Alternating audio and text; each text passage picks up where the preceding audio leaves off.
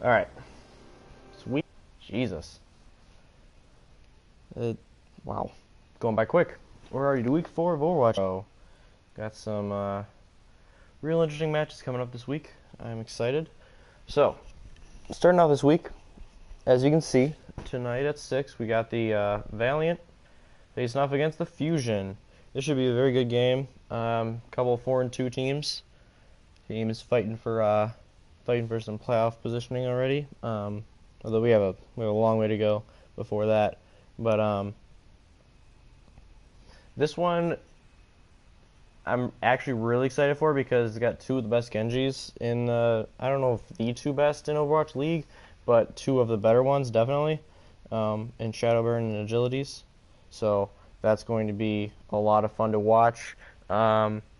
Also, seeing Carpe face off against Soon on Widow should be very fun as well.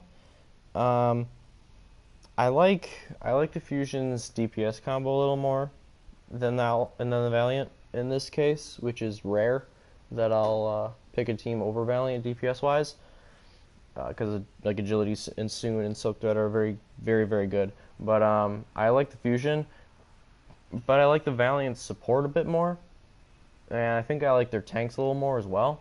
So this match, Valiant have been a bit more consistent this season than the Fusion. The Fusion they've had times where they play like really well and they're really scary, but then they have like lapses too, for periods of time. So in the end, I think this one's gonna go 5. I don't see it not going 5.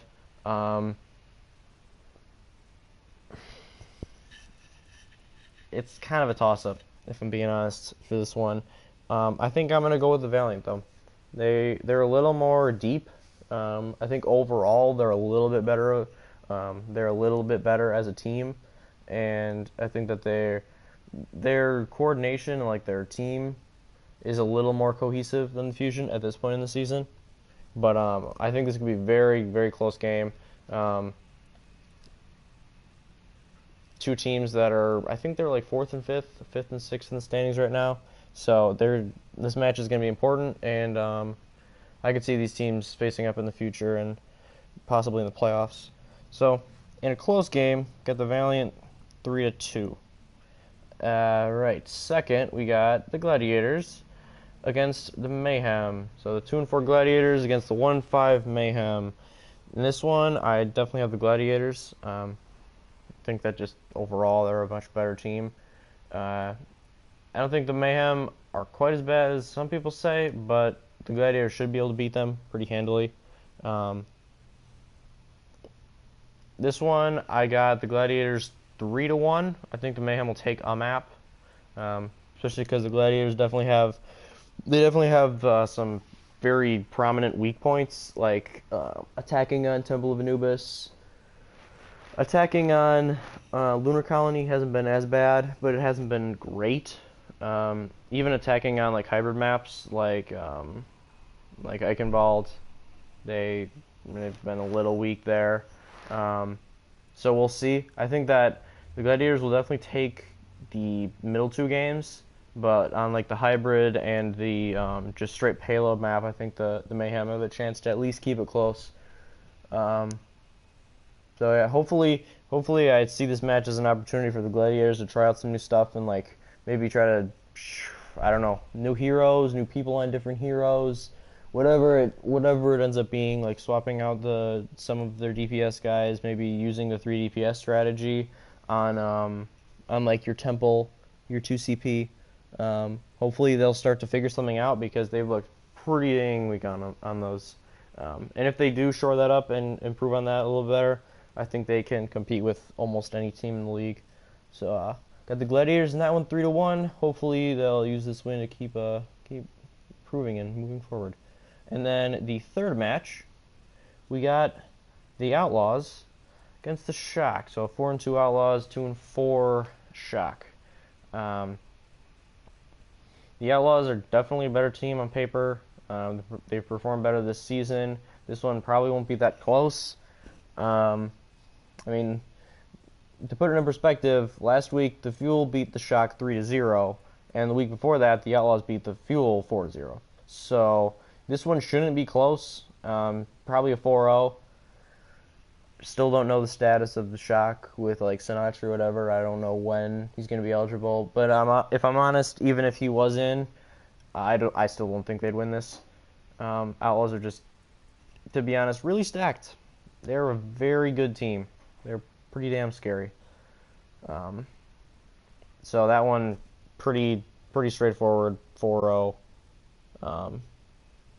Good for you, Outlaws fans, Shock fans. Sorry, I don't think this one's going to go very well for you at all. And then moving on to Thursday. So Thursday, the Fusion are back in action. They're going to be playing the Fuel. So the Fusion will be 5-2 or 4-3, depending on how today's match goes. And then the Fuel are 1-5. And I think Fusion are going to win easily, right? Well, I don't know. I think it's going to be. I think this one will be close. The Fuel have shown improvement. I think it was pretty bad for them that they lost last week to the Uprising. It was close. They lost in 5, but that was kind of one that they needed to win against an Uprising team that's good. They're a good team, a lot better than people thought. But I think that's the type of game that if the Fuel do want to like make a playoff push towards the end of the season, those are the type that they need to win. They can't keep losing those. So we'll see what kind of matchups come into play here. The last 2 matches, like all of last week, the Fuel didn't substitute at all. They had their set lineup of like Siegel, Effect, Mickey, Custa, Chips Hodden, and Coco. And I think XQC is still suspended for 2 more matches, so we won't see him. But they haven't played Taimu, they haven't played Harry Hook at all last week, which is pretty surprising. So we'll have to see if they go with their same lineup as last week, or if they're going to switch it up at all, like switch it up maybe on some maps. But like I said before, the Fusion's their DPS duo is really scary. Their tanks are also very good. So on paper, this one probably goes to Fusion.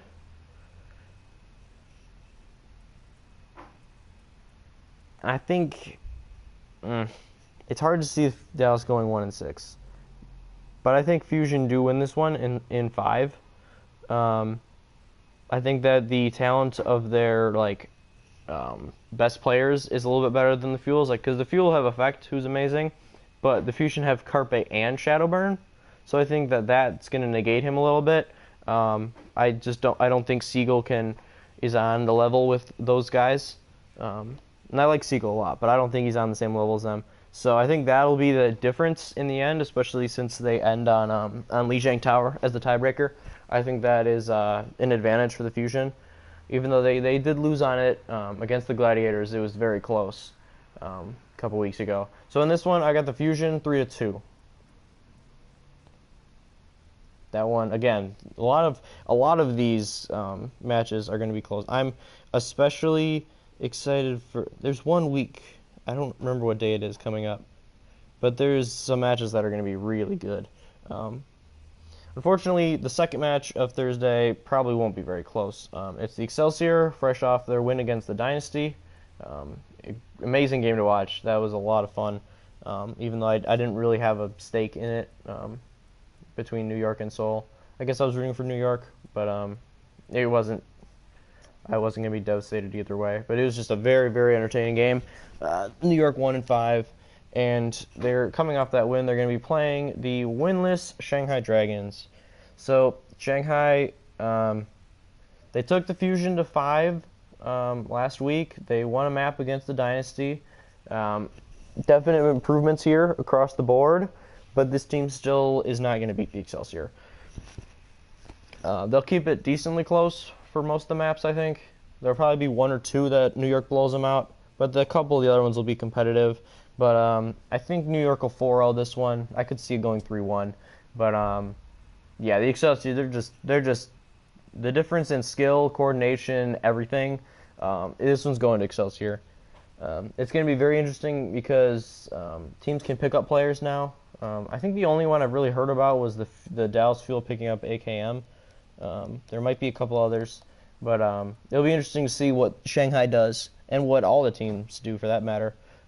What kind of additions they'll make, and if those people will actually like get put in the starting lineup, or if they'll just like come in for situations, or they just want more like bench depth. We'll see. But yeah, in this one, Excelsior winning fairly easily. And then the last match of Thursday, two 5-1 teams. London Spitfire against the Dynasty. So this one should be really good. Besides watching the Gladiators, just because they're my team, this will probably be the one that I'm most interested in. Probably Valiant Fusion after that. But so we saw Dynasty get beaten by the Excelsior last week, like I just said, and the Spitfire are right about those teams' skill level. Yeah, I would say, but they've always been, I've said this before, they've always been more inconsistent. I don't know if their communication just isn't up there. Like sometimes they just don't bring it. Like they lost to the Uprising. Yeah, they lost to the Uprising in 5. And like I said, the Uprising they're a good team. They're a lot better than everyone said they'd be. I think they'll be up there for a playoff spot when it's all said and done. But that being said, they shouldn't beat the Spitfire. With how much talent the Spitfire have on their roster, teams like Boston should not be able to beat them if they're at their best. And so that just shows that the Spitfire have their days where they just don't really seem that interested, or like they kind of take their opponents lightly maybe. There's a little something there, but they're still an incredibly good team. I think they'll definitely bring it against the Dynasty. Everyone does. I could see this one going 5. I think that just because they're more coordinated, they work together. Well, maybe not longer, but I like the Dynasty's synergy more. I like their team chemistry, everything like that. I think that they're gonna find a way to win this one. The Spitfire are gonna keep it very close though. There's gonna be a lot of back and forth in this one. So Dynasty, I'm going to say in 5. It could be in 4. I could see that. But every match in this game, or every map in this match, should be very close. And I would definitely tune in for that one. It'll be interesting to see like the viewer count for the games, because that one will definitely probably be up there in like viewers, as opposed to like the other matches. So, yeah, those are the first 2 days. I'll be back on Friday with the predictions for Friday and Saturday. And also on Friday, I'll have, I forgot to like tally up the last couple days of last week, but I'll have like my overall record down, like how many I have right and wrong, because I don't actually know what I'm at right now. Last time I checked, I was 13-5, but that was midway through like week 2, so I'm a bit behind on that. Gotta go back, check real quick what I picked.